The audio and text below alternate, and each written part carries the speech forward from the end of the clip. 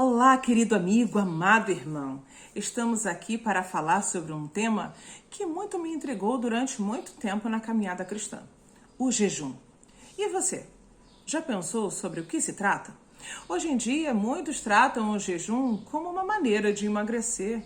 E, de fato, podemos pensar sobre isso. E também há aquele jejum que é uma maneira de poder doutrinar o corpo mediante alguma escassez. Mas será esse o jejum que era realmente orientado biblicamente? O que se trata esse jejum? Então, para mim, sempre foi muito intrigante, porque ao perguntar a alguns irmãos e líderes, era sempre uma resposta um pouco meio que confusa e não com um parâmetro bíblico aliançado. Vamos lá. O jejum para alcançar uma bênção. O jejum para estar diante do Senhor e ter o seu pedido alcançado. O jejum como um meio de doutrinar o corpo, como já dito, a escassez. Mas você já parou para pensar no jejum como um reflexo de saudade? Pois é, eu me intriguei porque experimentei. Certo dia eu estava em casa com a minha família e eu senti uma profunda saudade. Naquele momento eu senti a necessidade de refletir sobre jejum. Experimentei. E aqui vamos ler primeiramente, não ler, mas trazer à tona para que você leia aí Mateus 9, do 14, versos 14 ao 17. Chegam então para Jesus os discípulos de João. Perceba que também há uma questão bastante intrigante, que João Batista, nos seus discursos, jamais iria estar falando dele se assemelhar ou estar no mesmo patamar que os fariseus. Mas os discípulos de João, neste discurso, usam do método farisaico para perguntar a Jesus: por que nós, discípulos de João, jejuamos e os fariseus também e os seus não? Não vamos aqui nos ater sobre a motivação desse questionamento, mas pensando sobre o que Jesus respondeu. Nos versos então que se seguem, Jesus fala sobre uma celebração, sobre uma festa, e ainda assim ele fala sobre o luto. Luto e celebração. Ele coloca ali, é possível que estando o noivo ali com os convidados, que eles venham jejuar? Não. Então, quando o noivo lhes for tirado, eles jejuarão. Aqui tem o trajeto da semelhança do jejum como um luto. Mas nesse luto, não apenas daquele sentimento de dor, mas do sentimento de saudade, da necessidade de estar ainda conjuntamente, presencialmente com aquela pessoa muito amada, muito querida e muito estimada. O luto na figura de saudade era o que Jesus estava aqui explicitando. Os discípulos de João e os fariseus jejuavam de acordo com o mandamento, de acordo com a lei. Eles praticavam o jejum como um rito. Mas Jesus está mostrando o jejum como algo mais excelente, como algo acima maior, como tudo que Jesus revela. Não é apenas aquele ponto singular a ser dirigido, mas ele coloca num patamar mais elevado. E aqui temos então a exposição, que parece estar sendo contraditória, ele falando sobre festa e depois ele fala sobre uma roupa velha com remendo novo. O que ele está dizendo? Essa roupagem que vocês estão usando para o jejum não cabe. Essa roupagem que vocês estão usando para o comportamento não cabe mais. Porque agora, diante do noivo, há uma nova vida, é uma nova veste. Então as coisas velhas, essa roupagem velha, essa perspectiva velha, você precisa se desfazer, porque o que está sendo anunciado aqui, esse novo, não vai caber para remendar esse buraco que foi criado. Não tem como tapar esse buraco. É necessário vestir a nova veste por completo. O vinho novo não vai caber num odre velho, Porque o vinho novo vai fermentar e com esse fermento vai estourar o odre velho. Não cabe. É necessário colocar o vinho novo em odre novo. É uma nova vida, uma nova perspectiva. Mas não esqueça, porque ele também disse que no momento em que o noivo fosse tirado, aí sim jejuariam. Esse jejum é o jejum de saudade. Saudade do nosso Senhor. Saudade de estar de frente a Ele. Saudade de desejar, de estar ali, ouvindo diretamente dEle, de estar vendo, de estar se relacionando, de estar em perfeita comunhão com Ele. Este é o jejum que a nossa alma anela. A alma daqueles que estão em Cristo Jesus, a alma daqueles que são novas criaturas, cujas vestes agora são novas, as coisas velhas da velha criatura ficaram para trás e tudo se fez novo, é exatamente através dessa nova perspectiva. Não adianta ficarmos pegando as perspectivas passadas, não que estejamos anulando a lei do Senhor, porque a lei do Senhor é perfeita, mas é cumprida em Cristo Jesus e através de Cristo Jesus temos algo mais excelente.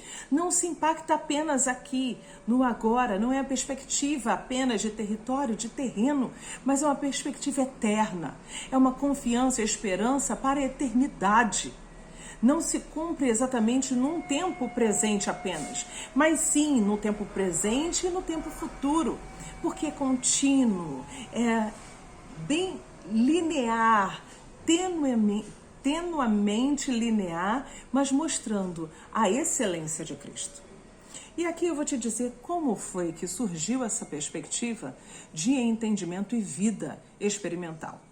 Não apenas a questão de falar sobre experiência, porque a nossa vida não pode ser regida nem doutrinada a partir de experiências. Mas as experiências a partir do fundamento bíblico, a verdade do Senhor, esta sim provoca transformação em nosso entendimento, muda o nosso coração e o nosso comportamento. E aqui está. Passamos por um dia em que fomos praticamente impelidos a jejuar, mesmo que inconscientemente. Saímos muito rapidamente de casa, só tivemos tempo mesmo para nos banharmos, trocar de roupa, meditar na palavra do Senhor e sair. Saímos. E aí, com 3 filhos, nós logo pensamos, caramba, as crianças nem mesmo lancharam. E o Senhor falou ao meu coração, e não vão tomar café até o momento em que eu lhes disser para fazer. Passou-se então a manhã, chegou o período da tarde, estavam todos lanchando e o que nós iríamos comer ainda não tinha sido feito nada. E nem dispunhamos dos recursos nem do alimento naquele momento para saciar a nossa fome. Naquele momento, eu comecei a clamar ao Senhor, porque eu falei assim, Senhor, o meu estômago está com fome, o dos nossos filhos também. Mas seria essa fome de fato, daquilo que nós precisamos apenas para esse tempo presente? A minha alma tem sede e fome de Ti, Senhor. Eu quero muito mais do Senhor. Eu quero isso no Senhor, eu quero ter essa fome no Senhor continuamente. E naquele momento eu fui percebendo o quanto que a nossa mente e o nosso corpo desejam cada vez mais ardentemente o alimento. E é justamente na percepção da fome é que a gente começa a desejar mais, cada vez mais do alimento, até chegar ao devaneio de falar assim, eu preciso de alimento, eu preciso ser dessedentado, eu necessito, eu não consigo me pensar nem me perceber sem este alimento.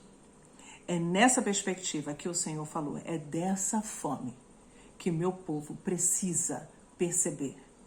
Este jejum não é apenas para alcançar das coisas que eu faço, é para estar comigo, é desejar ardentemente a mim, é desejar a minha presença, é desejar quem eu sou para eles, porque assim eu quero estar com eles, eu quero descedentá-los, eu quero saciar essa fome e eu vou saciar essa fome desde que busquem a mim. Enquanto há tempo, buscar-me-eis e me achareis, quando me buscardes de todo o vosso coração. Ame ao Senhor com toda a nossa força, com todo o nosso entendimento, com todo o nosso coração. É assim que Ele fala conosco. É nessa fome que nós precisamos ter de Deus para sermos então saciados nele. E até então, passou-se um tempo e a fome se foi, mesmo não tendo comido coisa alguma. E eu falei assim, Senhor, pode então aquele que está faminto e sedento, ainda que desejoso pelo alimento, pela necessidade e a carência do alimento, passar então a fome e a sede? Quando está então direcionado para as coisas temporárias deste mundo, a fome e a sede também passam. Porque elas não foram saciadas com aquilo que de fato as alimenta e as sacia. E eles buscam com outras coisas. O tempo daquela fome, daquela sede se foi. E agora está conformado com a situação de agora. Mas o Senhor fala, não vos conformeis com este século. Transformai-vos pela renovação do vosso entendimento. Busque ao Senhor e sempre mantenha essa fome e sede até o momento de nos encontrarmos com o noivo novamente. Se for jejuar, que jejue. Incentivamos, sim. Mas que essa fome, essa sede sejam continuamente expostas diante daquele que verdadeiramente é a água viva, que nos sacia a sede e é de fato o pão que alimenta. Mergulhe na palavra do Senhor, confia nele, tenha fome e sede dele. Enquanto esse ardor estiver ali ansiando para estar ao encontro do Senhor, estaremos falando continuamente, Maranata, ora vem, Senhor Jesus. Temos saudades de ti, queremos ver ao Senhor como nós somos vistos pelo Senhor. Queremos te conhecer, ó Deus, como somos conhecidos pelo Senhor. Queremos atingir o seu coração assim como o Senhor atinge ao nosso. É assim que nós queremos nos relacionarmos contigo. Que o jejum não seja vazio.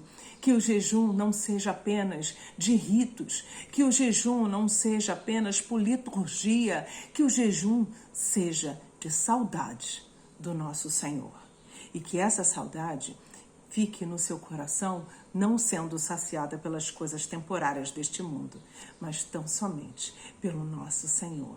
Porque senão você voltará a ter fome, voltará a ter sede, mas não encontrará a fonte de água viva que de fato sacia e preenche todo o seu ser. Medite nisso. Vamos nos alegrar, pois o Senhor vive e reina. É Deus conosco, mas a nossa saudade é de estarmos diante dele da mesma forma como somos conhecidos por ele. Maranata, ora vem, Senhor Jesus. Justificado, perdoados, chamados. E agora, precisamos estar desejosos em sermos glorificados com Cristo. Deus te abençoe.